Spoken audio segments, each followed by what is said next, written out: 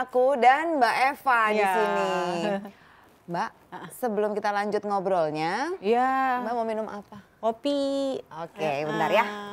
Aku bikinin dulu. Ini Nggak pakai gula ya? enggak Mbak, tenang aja. Ada snack, mau nggak Mbak? Taruh aja deh. Nanti aja. Ya.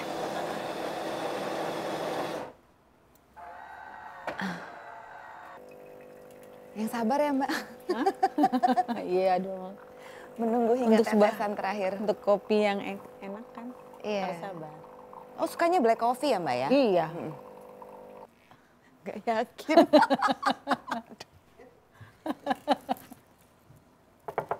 Ayo, silakan diminum Oh, iya. kopinya. Enak.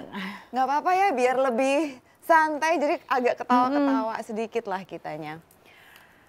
Oke Mbak, di ini dulu, Ya. diseruput aja dulu nggak apa-apa. Aku sukanya nyium dulu baru diminum bentar. Oh gitu, ya that's how we drink coffee, right? Nah, pendidikan anak usia dini ini bentuknya tuh seperti apa Mbak? Apa ada perbedaan antara PAUD dan playgroup? Itu, jadi kalau misalnya bentuknya seperti apa, intinya pendidikan anak usia dini itu bentuknya adalah 80% aktivitasnya gerak, jadi bermain. Jadi 20% baru diarahkan. Jadi kalau misalnya bentuknya seperti apa, memang lebih banyak sifatnya adalah bermain dan mengenalkan lingkungan sekitarnya. Nah kalau dia dengan orang tuanya, tandanya orang tuanya yang memberikan permainan-permainan yang sebetulnya disebut dengan bermain bermakna. Sedangkan kalau misalnya playgroup itu sifatnya pendidikan non formal dan dia ada satu lembaganya. Jadi itu bedanya di situ. Jadi kalau pendidikan anak usia dini intinya di situ kegiatannya lebih banyak bermain gitu. Ya. Tetapi disebut dengan bermain bermakna seperti itu. Iya, tadi yang udah di segmen satu Mbak sebutin ya, main balok atau mengenal angka itu juga termasuk nggak Mbak untuk anak-anak di PAUD itu? Huruf, angka gitu belum kan ya? Belum. Dikenalkan boleh, tapi bukan untuk sesuatu yang dinilai gitu ya, atau menjadi target secara serius gitu. Tapi lebih kepada bagaimana mereka mengenal menghubungkan benda yang satu dengan benda yang lain, kemudian mereka menghubungkan antara sebab akibat dari sesuatu itu boleh-boleh aja gitu ya. Tapi kalau misalnya tadi permainan itu kan bermacam-macam tuh. Intinya permainan di sini adalah yang bisa mengembangkan kognitif, kemampuan berpikir anak, berkaitan dia mengidentifikasi itu benda apa, kemudian gunanya apa, kemudian hubungannya apa, sebab akibat, kemudian mengembangkan juga permainan yang mengembangkan bahasa. Anak bertambah vocabnya, ya perbendaharaan kata-katanya. Nah, karena anak di sini udah mulai meniru kan. Nah, otomatis disitulah mulai ada apa? Stimulasinya apa? Lagu, bernyanyi, gerak. Nah, itu kan permainannya gitu ya. Kemudian ada lagi berkaitan sama permainan yang berkaitan psikososial, yaitu artinya apa? Mereka berinteraksi, berteman gitu ya. Terus bagaimana mereka tata cara mereka bertemu dengan orang tua, bagaimana mereka berteman dengan memberi, saling memberi, saling membagi sesuatu, kemudian meminta maaf, minta tolong, dan itu sebetulnya suatu seperti sebuah permainan ya gitu ya, bermain peran seperti itu. Nah itu permainan-permainan yang ada di pendidikan anak usia dini seperti itu. Nah sedangkan di playgroup biasanya lebih mungkin kalau misalnya dilakukan oleh orang tua tidak ada strukturnya lah gitu ya. Tapi kalau misalnya dilakukan oleh lembaga yang misalnya lembaga PAUD sendiri atau playgroup sendiri, yaitu ada strukturnya atau ada kurikulumnya, sehingga orang tua juga tahu perkembangan anak udah sampai mana, apa yang dia sudah miliki, apa yang sudah dia mampu. Tapi sekali lagi ditekankan bahwa PAUD itu tidak selalu harus di sekolah gitu. Jadi bisa dilakukan oleh orang tua sendiri gitu. Jadi even bunda-bunda yang punya waktu kalau bingung mau ngajarin apa ke anak-anak di rumah dan memang nggak ingin masukin anaknya ke PAUD, itu tadi ada beberapa contoh kegiatan yang sudah disebutkan oleh psikolog kita. Coba dipraktekkan di rumah. Siapa tahu bunda-bunda berhasil Ya kan Bun, ya kan Mbak ya. Ya. Nah lanjut lagi nih kita ke pertanyaan berikutnya. Nah jika anak yang sudah mengikuti PAUD nih Mbak atau playgroup, Ya. Sarannya dari Mbak, berapa hari sih sebaiknya mereka dalam seminggu itu cukup berapa hari aja gitu, jadi nggak apa harus tiap hari kah Ya, atau gimana? karena tadi kan PAUD itu sebetulnya PAUD atau playgroup PAUD yang dengan tingkatan playgroup itu kan sebetulnya anaknya masih usianya 2 sampai 4 tahun. Jadi bisa bayangin dong 2 tahun sampai 4 tahun itu kan masih secara fisik belum terlalu siap ya. Jadi perlu diperhatikan secara fisik sehingga idealnya itu adalah 2 sampai 2,5 jam.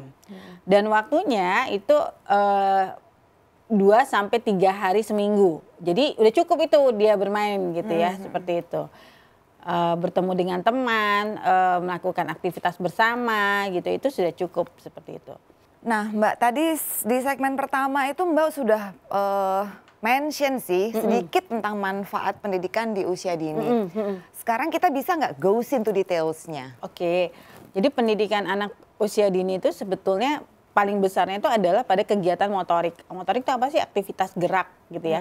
Nah pada saat dia melakukan aktivitas gerak, jumpalitan, jalan apa, melakukan lompat, nanjat, manjat dan seterusnya, secara tidak langsung itu akan mengembangkan motoriknya akan menjadi lebih halus. Oh gitu. Jadi bukannya yang halus dulu, halus tuh yang menulis, kemudian mewarnai halus, ya? Kemudian memasukkan meronce ya, kemudian ya mengambil benda-benda kecil ya, itu sebetulnya motorik halus. Nah, untuk bisa mencapai motorik halus, anak harus lebih banyak motorik aktivitas geraknya terpenuhi atau tidak.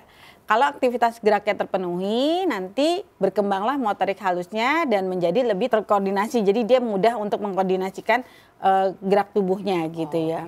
Jadi mengarahkan. Jadi kayak misalnya nanti semakin lama dia misalnya mewarnai bisa lebih halus, tidak keluar garis dan seterusnya gitu loh. Nah kesempatan dia bergerak, aktivitas gerak fisiknya itu ya harus dimulai dulu itu gitu. Dia keseimbangannya, kemudian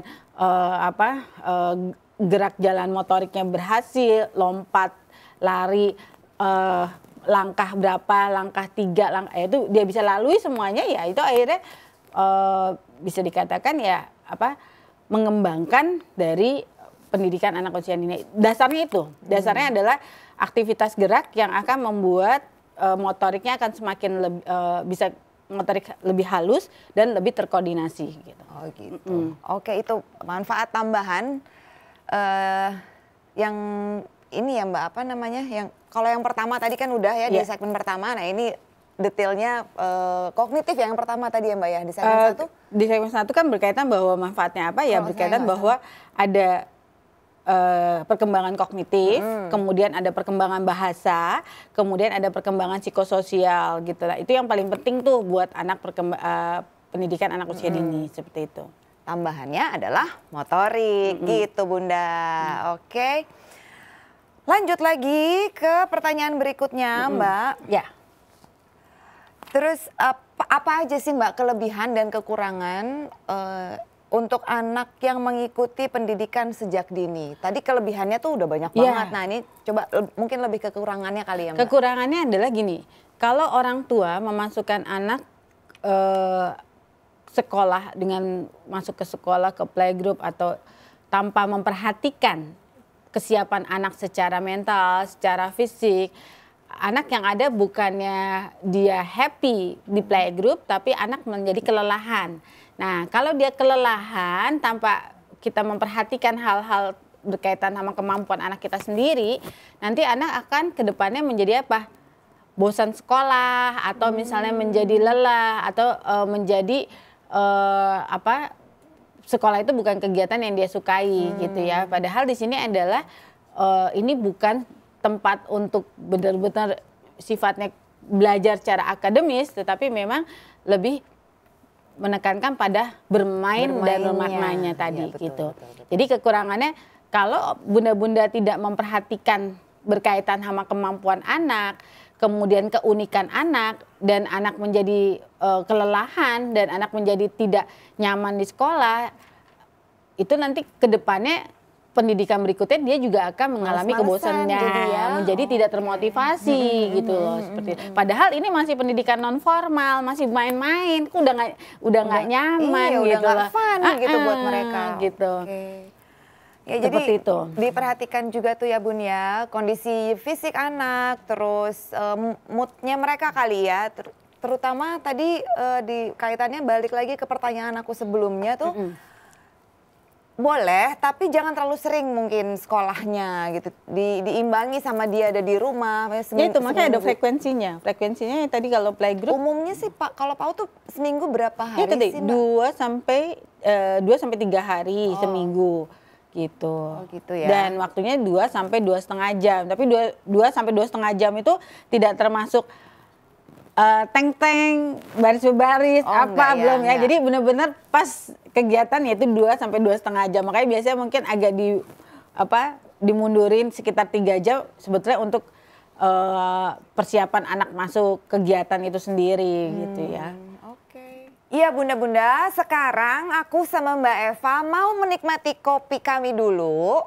Jadi jangan kemana-mana, kita akan balik lagi setelah yang satu ini.